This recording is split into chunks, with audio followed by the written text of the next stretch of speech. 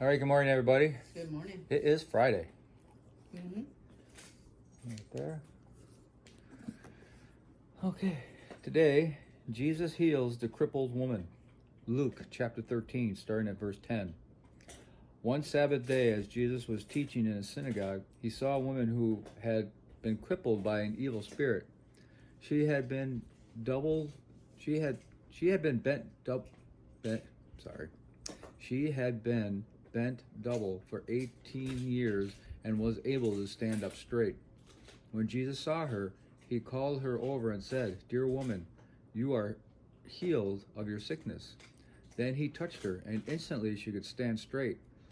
How she praised God. But the leader in charge of the synagogue was indignant that Jesus had healed her on the Sabbath day. "There are 6 days of the week for working," he said to the crowd. Come on those days to be healed, not on the Sabbath." But the Lord replied, "You hypocrites, each of you works on the Sabbath day. Don't you untie your ox or donkey from its stall on the Sabbath and lead it out for water?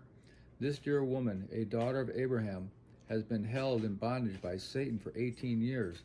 Isn't it right that she be released even on the Sabbath?" This shamed his enemies, and all the people rejoiced at the wonderful things he did.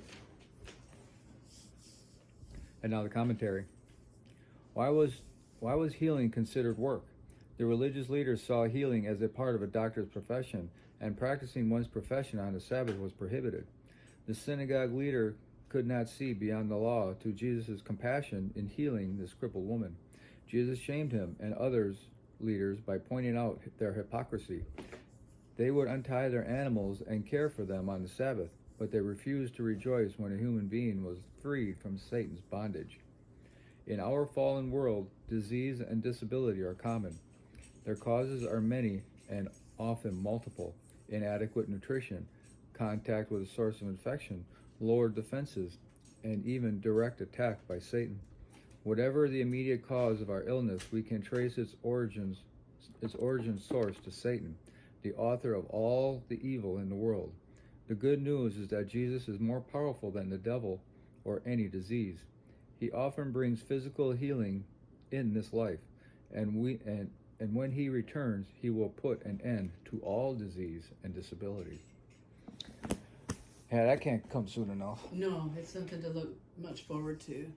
But he also heals diseases and infections now. That's what it said. Yeah, absolutely does. And you are a perfect example because your ulcer completely healed.